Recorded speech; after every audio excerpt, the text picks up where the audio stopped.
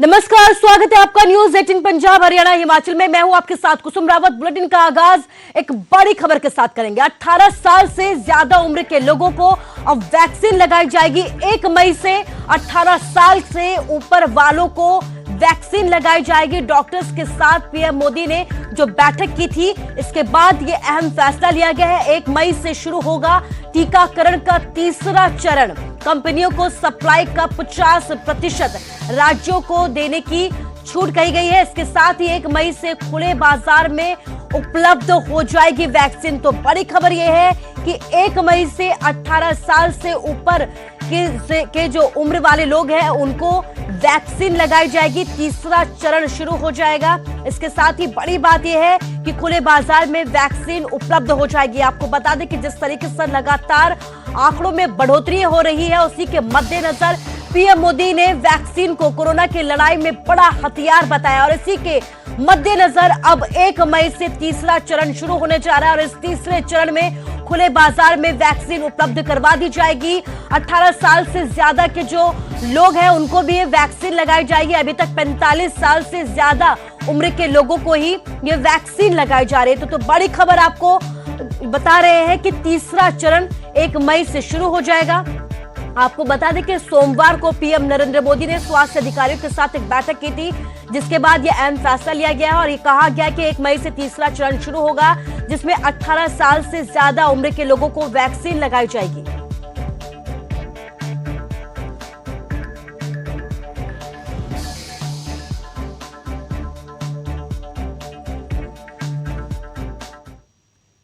और खबर हरियाणा से है। हरियाणा में लगातार कोरोना का कहर जारी है। 24 घंटे में 6,842 नए केस सामने आए हैं। बड़ी बात यह है कि मौत का आंकड़ा लगातार बढ़ता जा रहा है। 33 मौतें हरियाणा में हुई है पिछले 24 घंटे में। गुरुग्राम, फरीदाबाद कोरोना के बड़े हॉटस्पॉट बने हैं। गुरुग्राम में 1,809 नए केस सामने आए हैं और आप देख सकते हैं कि मौत का आंकड़ा यहां पर बढ़ा है। 5 लोगों की मौत हो गई। फरीदाबाद में 1,080 नए केस सामने आए हैं। इसके साथ ही 2 लोगों की मौत हो गई है। पंचकुला में 277 नए केस सामने आए हैं। 4 मरीजों ने यहां पर दम तोड़ दिया है। सोनीपत में 588 नए केस सामने आए हैं। 3 मरीजों की मौत हो गई है। हिसार में 527 नए केस सामने आए हैं। 2 लोगों की जान गई है। पानीपत में 351 नए केस सामने आए हैं। 3 मरीजों की मौत हुई है। जींद में 282 नए केस सामने आए। इसके साथ ही अंबाला में 216, करनाल में 215, कुरुक्षेत्र में 200 नए केस सामने आए हैं। मनोज कुमार हमारे संवाददाता हमारे साथ लाइव जुड़ गए हैं। मनोज, आपसे यह जानना चाहूंगी कि कोरोना के जो केस है थोड़ी सी कमी उनमें देखी गई है, लेकिन जो मौत के आंकड़े हैं वो हैरान करने वाले, क्योंकि लगातार बढ़ते जा रहे हैं। ऐसे में कैसी तैयारी सरकार की? जी बिल्कुल, हरियाणा में अगर बात करें तो जैसे कि पूरी देश में कोरोना की स्थिति बनी हुई है, हरियाणा में भी लगभग वैसी स्थिति बनी है। लेकिन अगर पिछले 2 दिनों के आंकड़ों पर नजर डालें तो ये थोड़ी सी गनीमत है, थोड़ी सी राहत है हरियाणा के लिए कि यहाँ पर जो कुल मामले हैं उनमें कमी देखी गई है। परसों करीब 600 मामले कम आए थे। आज कल से जो मामले सामने आए हैं 24 घंटे में, वो करीब 200 से ज़्यादा जो मामले हैं उनमें कमी देखी गई। लेकिन फिर भी ये आंकड़ा बहुत ज़्यादा है। करीब 7,000, 6,800 से ऊपर ये आंकड़ा है। करीब 7,000 हम इसको कह सकते हैं। तो इस तरीके के मामले रोजाना पिछले करीब 10 से 12 दिनों से आ रहे हैं। और जो सबसे बड़ी चिंता की बात है वो है डेथ रेट। डेथ रेट बहुत ज़्यादा इंक्रीज हो रहा है। 33 लोगों की करीब मौत हुई है और इससे पहले भी 30 के करीब लोगों की मौत हुई थी। तो इस तरह से जो मौतें हैं ये बहुत ज़्यादा हो रही हैं, इसलिए ये चिंता का सबब बना हुआ है। लेकिन हरियाणा सरकार की अगर बात करें तो जो ऐसी स्थिति हमें दिल्ली में देखने को मिल रही है, महाराष्ट्र में देखने को मिल रही है, हरियाणा में ऐसी स्थिति नहीं है। कल बाकायदा इसको लेकर जो मॉनिटरिंग कमेटी थी उसकी बैठक हुई और उसके बाद गृह मंत्री और स्वास्थ्य मंत्री अनिल विज ने बताया है कि हरियाणा की जो कुल क्षमता है आइसोलेशन बेड की, उसका सिर्फ 11 से 12% इस्तेमाल हो रहा है।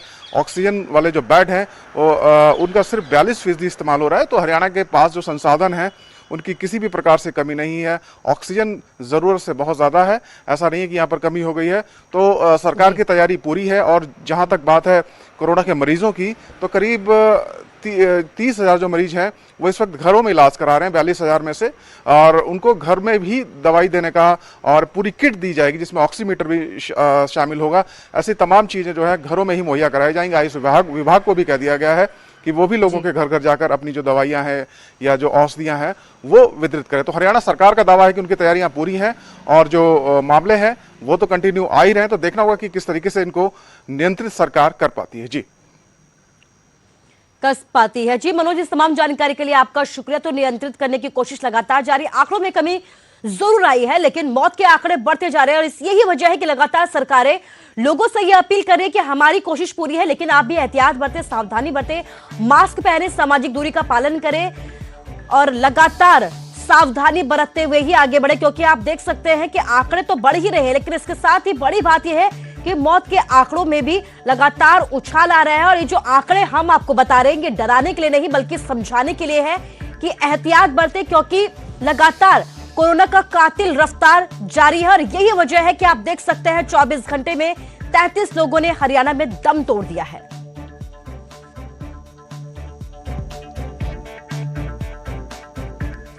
और बात पंजाब की करते हैं। कोरोना पर लगातार सख्ती बढ़ती जा रही है, लगातार सरकार की तरफ से सख्तियां, एहतियात बढ़ती जा रही है। आज रात 8 बजे से सुबह 5 बजे तक नाइट कर्फ्यू का ऐलान किया गया है। पंजाब में cinema hall, gym, spa, coaching centre बंद रहेंगे। 3 अप्रैल तक बंद रहने के निर्देश जारी किए गए सरकार की तरफ से।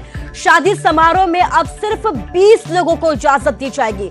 मोहाली में बुधवार को रामनवमी के दिन बंद रहेगा, लॉकडाउन रहेगा। तो बड़ी खबर यह है कि लगातार सावधानी बरती जा रही है, एहतियात बरती जा रही है, नए नियम लागू किए जा रहे हैं। जिस तरह से आंकड़ों में उछाल आ रहा है, इसी को लेकर कल एक बार फिर से कैप्टन अमरिंदर सिंह की अध्यक्षता में एक अहम बैठक हुई थी और इस बैठक के बाद ये निर्देश जारी किए गए। पंजाब में और सख्ती बढ़ाने के निर्देश जारी किए हैं। 8 बजे से सुबह 5 बजे तक नाइट कर्फ्यू जारी रखने के निर्देश जारी किए गए हैं। Cinema hall, gym, spa centres, coaching centres बंद रखने की बात कही गई। इसके साथ ही शादी समारोह में अब सिर्फ और सिर्फ 20 लोगों को ही इजाजत दी जाएगी।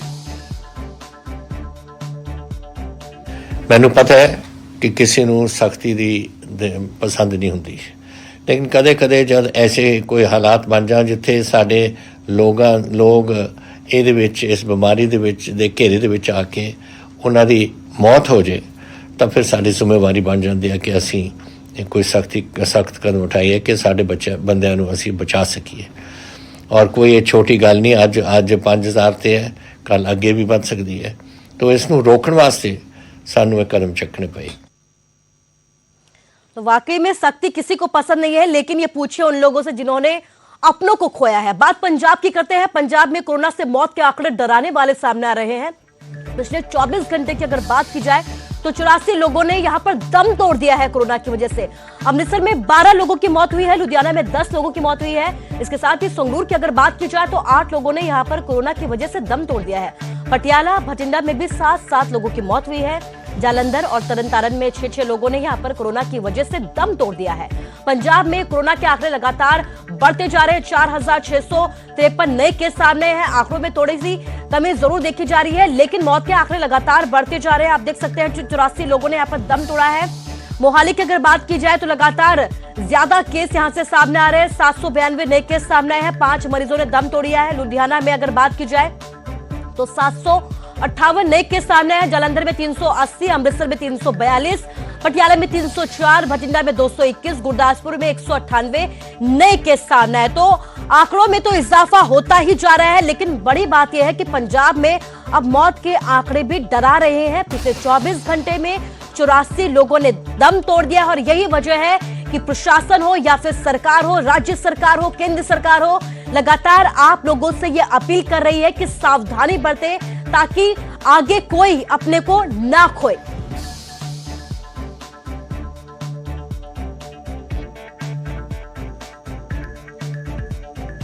और हरियाणा और पंजाब के बाद बात हिमाचल की करते हैं। हिमाचल में भी कोरोना का बम फूटा है। 24 घंटे की अगर बात की जाए तो 1695 केस यहां पर दर्ज किए गए हैं। 13 लोगों की यहां पर मौत हो गई है। 593 मरीज ठीक हुए हैं। एक्टिव केस की अगर बात की जाए तो 9783 एक्टिव केस अभी भी प्रदेश में मौजूद है। प्रदेश में मौत का आंकड़ा भी लगातार बढ़ता जा रहा है और 1190 मौत का आंकड़ा हो चुका है। कांगड़ा में कोरोना के 526 नए केस सामने आए और बड़ी बात यह है कि 5 लोगों ने यहां पर दम तोड़ दिया है। आईजीएमसी के प्रिंसिपल डॉक्टर रजनीश पठानिया भी कोरोना पॉजिटिव पाए गए हैं। तो बड़ी खबर आपको दिखा रहे हैं, आप देख सकते हैं कि हिमाचल में भी लगातार कोरोना के आंकड़ों में इजाफा होता जा रहा है। पिछले 24 घंटे की अगर बात की जाए तो 1695 नए केस सामने आए हैं और 13 लोगों ने दम भी तोड़ दिया है। 593 मरीजों ने कोरोना को मात भी दी है। इसके साथ ही एक्टिव केस की अगर बात की जाए प्रदेश में तो 9783 एक्टिव केस है।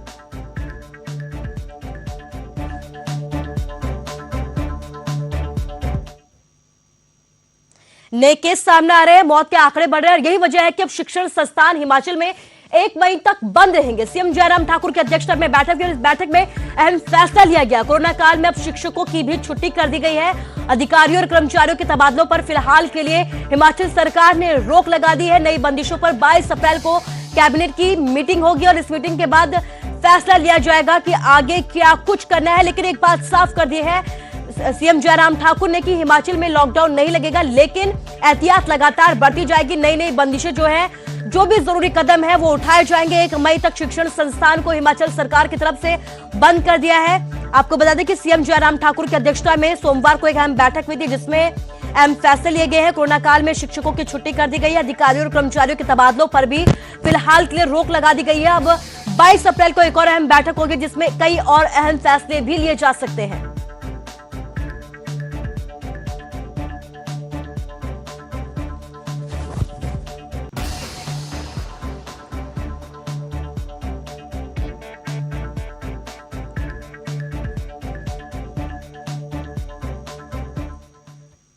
और ज्यादा जानकारी के लिए हमारे संवाददाता रणवीर हमारे साथ लाइव जुड़ गए हैं। रणवीर, आपसे जानना चाहूंगी कि लगातार आंकड़े बढ़ते जा रहे हैं, शिक्षण संस्थान बंद कर दिए गए हैं 1 मई तक के लिए। अब आगे का क्या कुछ अपडेट है? 22 तारीख को एक और अहम बैठक होने वाली है, तो क्या कुछ नई जानकारी आपके पास?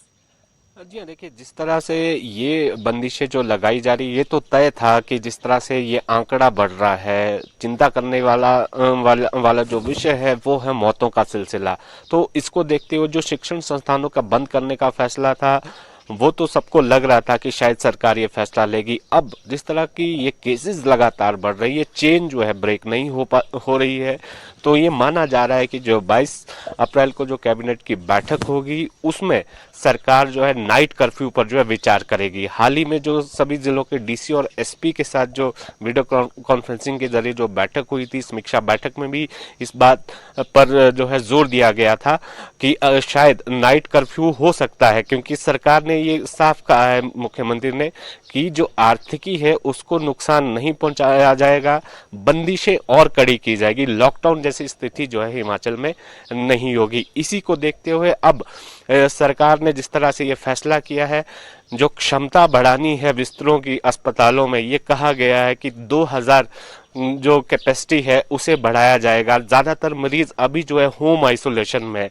उन्हें घर तक जो है किस तरह से स्वास्थ्य सुविधाएं देनी है, उनका ख्याल किस तरह से रखा जाना, इस पर भी ज्यादा ध्यान जो है सरकार देगी। वैक्सीनेशन पर जो है ज्यादा फोकस किया जा रहा है और ये भी जानकारी दी गई कि 11.5 लाख के करीब जो है अब तक लोगों को वैक्सीन दी गई है जो पहली डोज है।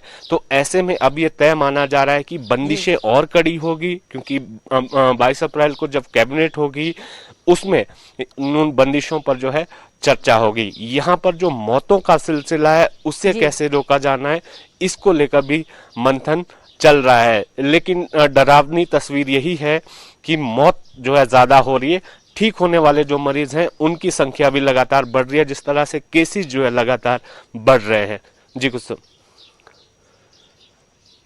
जी रणवीर, इस तमाम जानकारी के लिए आपका शुक्रिया। तो बड़ी बात यह है कि मौत के आंकड़े बढ़ रहे हैं, यही वजह है कि सरकार लगातार ये अपील कर रही है कि एहतियात बरते, सावधानी बरते, ताकि कोरोना की जो कातिल रफ्तार है उस पर रोक लगाई जा सके।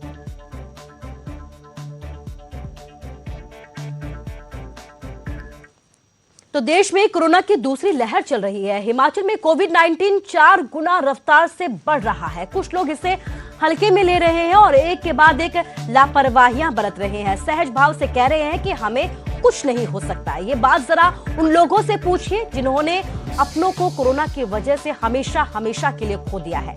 अंतिम संस्कार के लिए किसी दूसरे का सहारा लेना पड़ रहा है।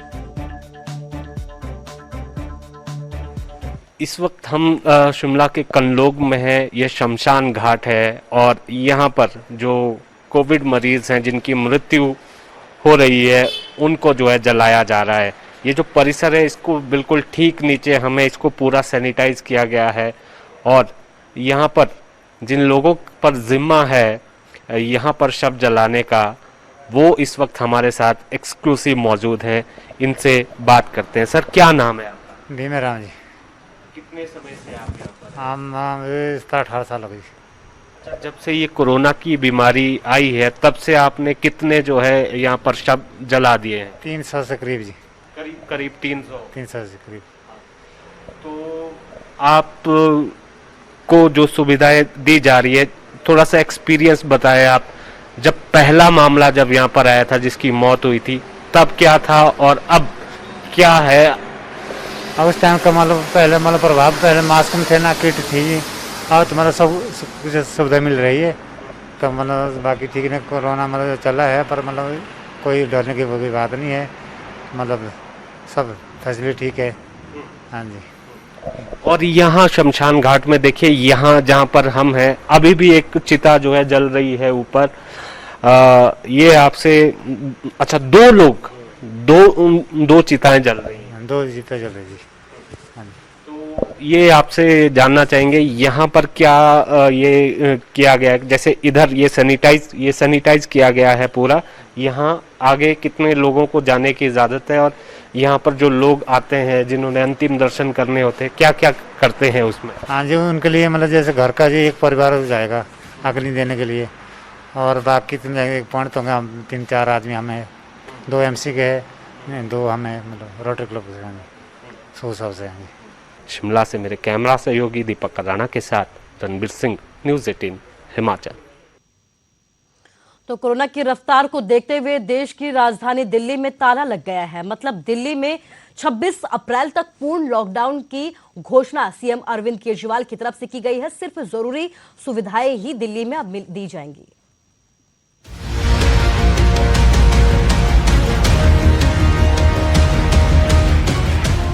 दिल्ली में लॉकडाउन फिर लौट आया है।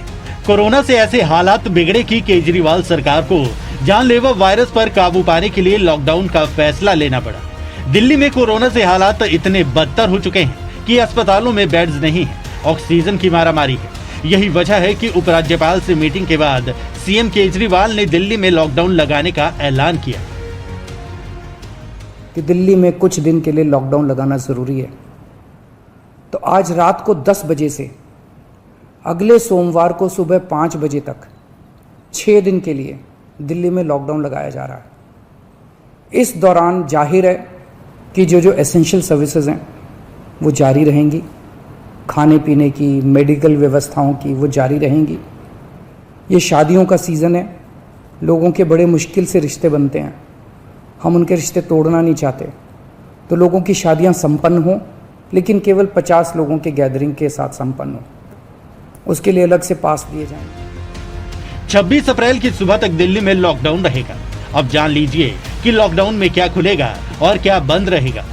सब्जी, फल, किराना, डेयरी, दवाई की दुकानें खुली रहेंगी, बैंक के ATM खुले रहेंगे, ई-कॉमर्स की डिलीवरी चालू रहेगी, petrol pump, LPG, CNG station भी खुले रहेंगे, खाने की डिलीवरी हो सकेगी, airport, railway station, bus station जाने की छूट होगी। एक राज्य से दूसरे राज्य जाने वाली गाड़ियों पर रोक नहीं। दिल्ली मेट्रो चालू रहेगी, सिर्फ 50% यात्री सफर कर पाएंगे। पब्लिक बस, ऑटो, ई-रिक्शा चालू रहेंगे, 50% यात्री सफर कर सकेंगे। कैब, टैक्सी, ग्रामीण सेवा सर्विस चालू रहेगी, सिर्फ 2 सवारी बैठ पाएंगे। किसी भी शादी कार्यक्रम को इजाजत है, सिर्फ 50 लोग आ सकेंगे। हर किसी के लिए परमिशन लेनी होगी। लॉकडाउन में क्या कुछ बंद रहेगा वो भी जान लीजिए। Mall, cinema hall, park, salon, beauty parlour, restaurant, bar, pub सभी बंद रहेंगे। राजनीतिक, सामाजिक, धार्मिक कार्यक्रम पर पाबंदी रहेगी। किसी स्टेडियम या ग्राउंड में दर्शकों को इजाजत नहीं। अगर कोई भी शख्स नियमों का उल्लंघन करता है तो उसका चालान काटा जा सकता है। फिलहाल दिल्ली सरकार की सख्ती 26 अप्रैल तक की है, लेकिन कोरोना पर अगर काबू नहीं पाया गया तो आगे की परिस्थितियों से निपटने के लिए आपको अभी से तैयार रहना होगा। Bureau report, news 18 Haryana. तो सावधानी बरतनी होगी। देखिए, जो खबरें हम आपको बता रहे हैं, जो आंकड़े आपको दिखाए जा रहे हैं, वो डराने के लिए नहीं बल्कि सावधानी बरतने के लिए बताए जा रहे हैं और लगातार ये अपील की जा रही है और न्यूज 18 भी आपसे ये अपील करता है कि सावधानी बरतिए।